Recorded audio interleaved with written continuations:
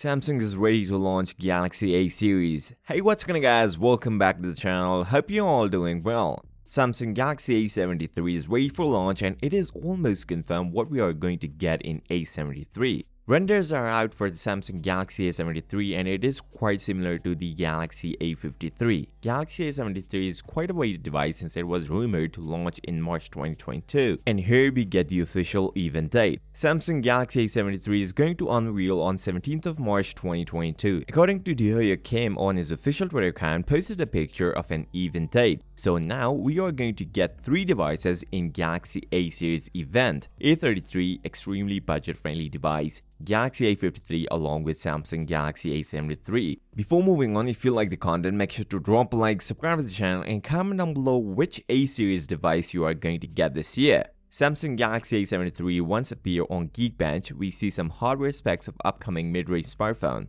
where Galaxy A73 scores 778 single-core score and 2913 multi-core score. But things are not stopped here, we get what we want. What kind of processor Samsung is going to use? Well, it's Snapdragon 778G 5G chipset, although it's according to Geekbench, but some other leaks are suggesting it may come with Snapdragon 750. Let's see which one is true. But it will be better than A53 because Samsung is going to use Exynos 1200. According to the previous record, things are not going well with Exynos processor, just like the Galaxy S22 Ultra with Exynos 2200. According to the rumors, Samsung Galaxy A73 comes with 6.7 inches Full HD display, 120Hz or 90Hz display with slim bezels and Infinity O camera hole in the middle, kinda like the Galaxy S22. Samsung Galaxy A73 comes with 4 lenses on the back, 108MP main lens, 12MP ultra wide, 8MP telephoto, and 5MP macro. But this time, Samsung Galaxy A series have a significant improvement over cameras.